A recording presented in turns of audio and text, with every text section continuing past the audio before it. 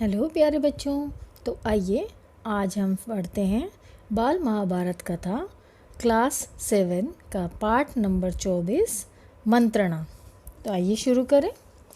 13वां बरस पूरा होने पर पांडव विराट की राजधानी छोड़कर विराट राज के ही राज्य में स्थित उपलव्य नामक नगर में जाकर रहने लगे। अज्ञातवास की अवधि पूरी हो चुकी थी, इसीलिए पांचों भाई प्रकट रूप में रहने लगे। आगे का कार्यक्रम तय करने के लिए उन्होंने अपने भाई बंधुओं एवं मित्रों को बुलाने के लिए दूत भेजे। भाई बलराम, अर्जुन की पत्नी सुभद्रा तथा पुत्र अभिमन्यु और यदुवंश के कई वीरों को लेकर श्री कृष्ण उपलव्य जा पहुँचे। इंद्रसेन आदि राजा अपने अपने रथों पर चढ़कर उपलव्य आ पहुँचे।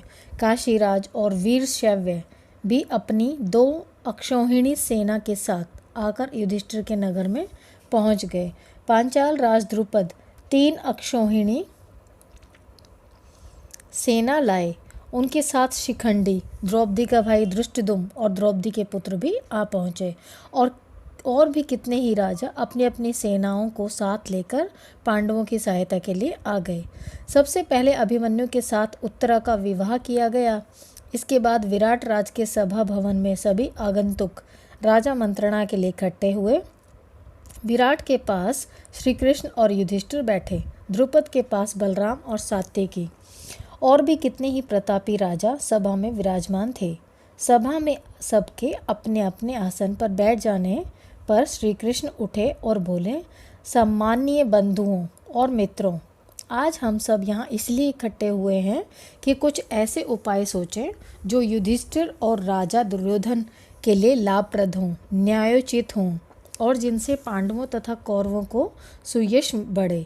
जो राज्य युधिष्ठिर से छीना गया है वह उनको वापस मिल जाए तो पांडव शांत हो जाएंगे और दोनों में संधि हो सकती है।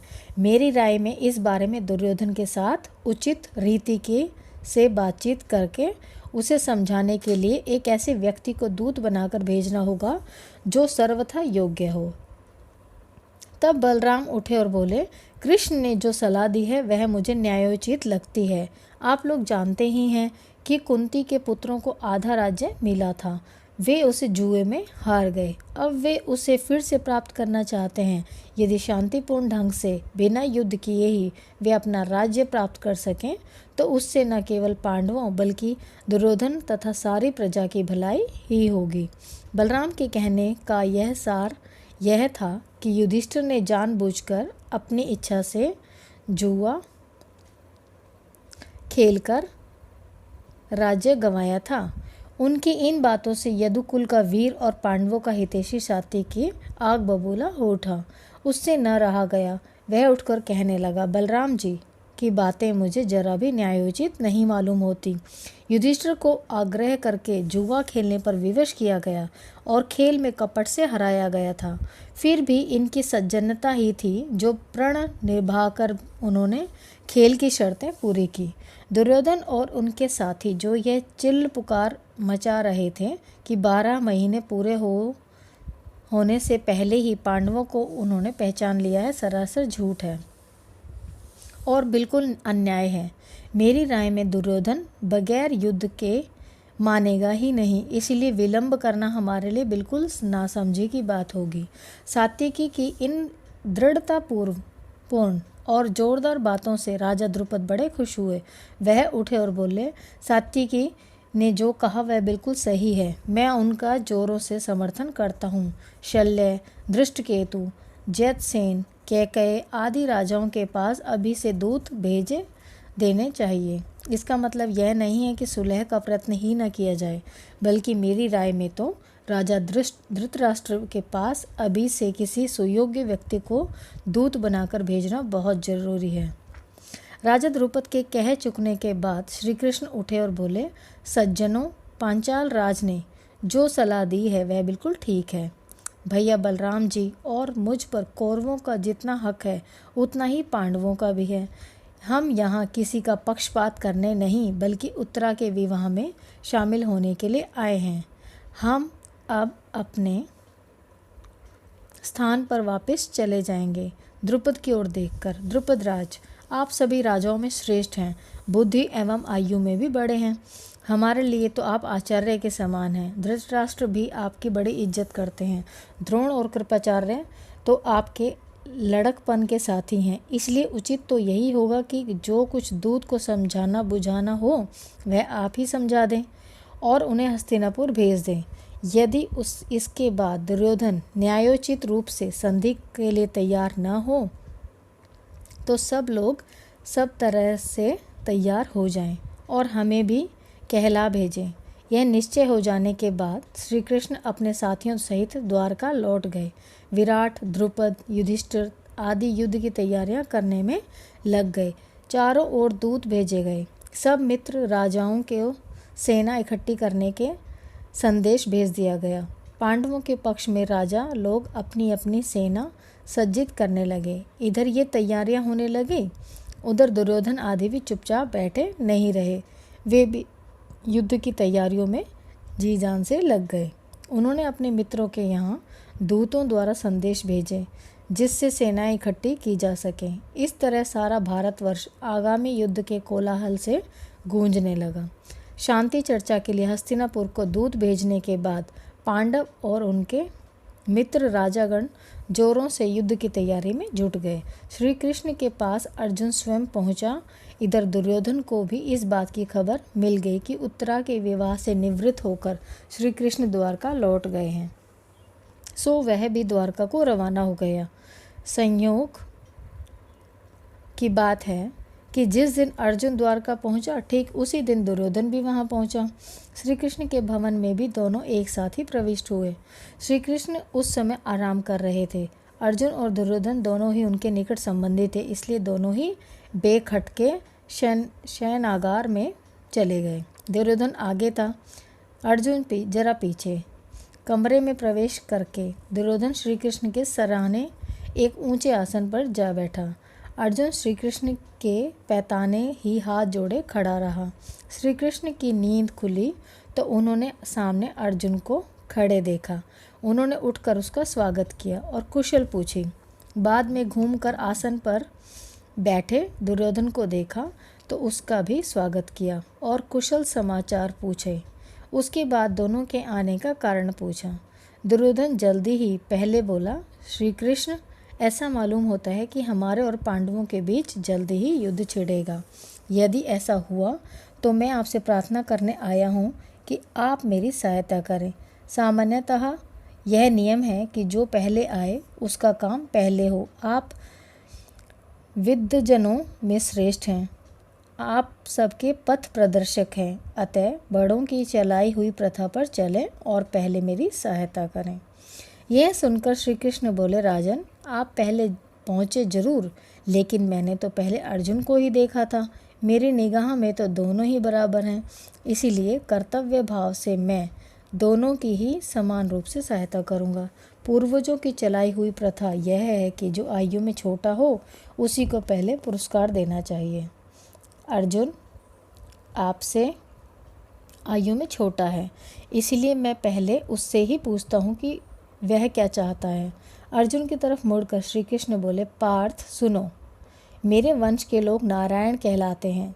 वे बड़े साहसी और वीर भी हैं। उनकी एक भारी सेना इकट्ठी की जा सकती है। मेरी यह सेना एक तरफ होगी, दूसरी तरफ अकेला मैं रहूँगा। मेरी प्रतिज्ञा यह भी है कि मैं युद्ध में मैं ना तो हथियार उठाऊंगा और ना ही लड़ूंगा। तुम भली भांति सोच लो, तब निर्णय करो। इन दो में से जो पसंद हो वह ले लो। बिना किसी हिचकिचाहट के अर्जुन बोला, आप शस्त्र उठाएं या न उठाएं, आप चाहे लड़ें या न लड़ें, मैं तो आपको ही चाहता हूँ। दुर्योधन के आनंद की सीमा न रही। वह सोचने लगा कि अर्जुन ने खूब धोखा खाया और श्री कृष्ण की वह लाखों वीरों वाली भारी भरकम सेना सहज में ही उसके हाथ में आ गई।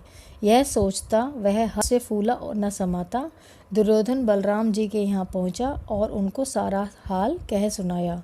बलराम जी ने दुर्योधन की बातें ध्यान से सुनी और बोले, दुर्योधन, मालूम होता है कि उत्तरा के विवाह के अवसर पर मैंने जो कुछ कहा था उसकी खबर तुम्हें मिल गई है। कृष्ण से भी मैंने कई बार तुम्हारी बात छेड़ी और उसको समझाता रहा कि कौरव और पांडव दोनों ही हमारे बराबर के संबंधी हैं, किंतु कृष्ण मेरी सुने तब ना। मैंने निश्चय कर लिया है कि मैं युद्ध में तटस्थ रहूँगा, क्योंकि जिधर कृष्ण न हो उस तरफ मेरा रहना ठीक नहीं है। अर्जुन की सहायता मैं करूँगा नहीं, इस कारण मैं अब तुम्हारी भी सहायता करने योग्य नहीं रहा। मेरा तटस्थ रहना ही ठीक होगा। हस्तिनापुर को लौटते हुए दुर्योधन का दिल बल्लियों उछल रहा था। वह सोच रहा था कि अर्जुन बड़ा बुद्धू बना। द्वारका की इतनी बड़ी सेना अब मेरी हो गई है और बलराम जी तो का स्नेह तो मुझ पर है ही। श्री कृष्ण ने भी निशस्त्र और सेना विहीन हो गए हैं। यह सोचते विचारते दुर्योधन खुशी खुशी अपनी राजधानी में आ पहुंचा। कृष्ण ने पूछा, सखा अर्जुन, एक बात बताओ, तुमने सेना बल के बजाय मुझ निशस्त्र को क्यों पसंद किया? अर्जुन बोला, बात यह है कि आप में वह शक्ति है कि जिससे आप अकेले ही इन तमाम राजाओं से लड़कर इन्हें कुचल सकते हैं। अर्जुन की बात सुनकर कृष्ण मुस्कुराए और बोले, अच्छा यह बात है, और अर्जुन को बड़े प्रेम से विदा किया। इस प्रकार श्री कृष्ण अर्जुन के सारथी बने और पार्थ सारथी की पदवी प्राप्त की। मद्र देश के राजा शल्य नकुल सहदेव की माँ माद्री के भाई थे।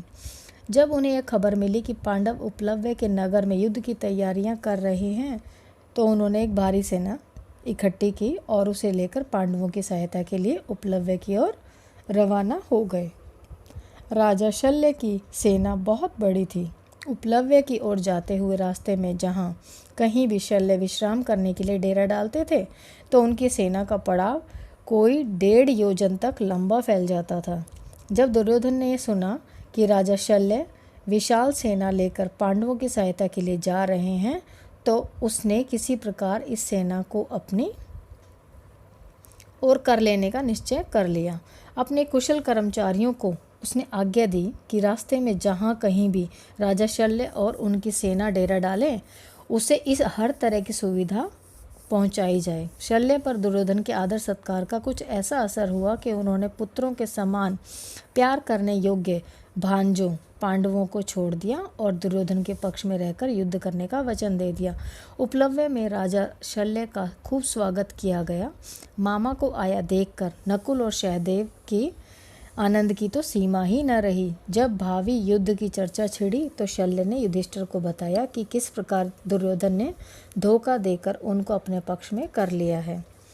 युधिष्ठिर बोला, मामा जी, मौका आने पर निश्चय ही महाबली कर्ण आपको अपना सारथी बनाकर अर्जुन का वध करने का प्रयत्न करेगा। मैं यह जानना चाहता हूँ कि उस समय आप अर्जुन की मृत्यु का कारण बनेंगे या अर्जुन की रक्षा का प्रयत्न करेंगे। मैं यह पूछकर आपको असमंजस में नहीं डालना चाहता था, पर फिर भी पूछने का मन हो गया। मद्रराज ने कहा, बेटा युधिष्ठिर, मैं धोखे में आकर दुर्योधन को वचन दे बैठा, इसीलिए युद्ध तो मुझे उसकी ओर से ही करना होगा। पर एक बात बताए देता हूँ कि कर्ण मुझे सारथी बनाएगा तो अर्जुन के प्राणों की रक्षा ही होगी। उपलव्य में महाराज युधिष्ठिर और द्रौपदी को मद्रराज शल्य ने दिलासा दिया और कहा, जीत उन्हीं की होती है जो धीरज से काम लेते हैं। युधिष्ठिर, कर्ण और दुर्योधन की बुद्धि फिर गई है।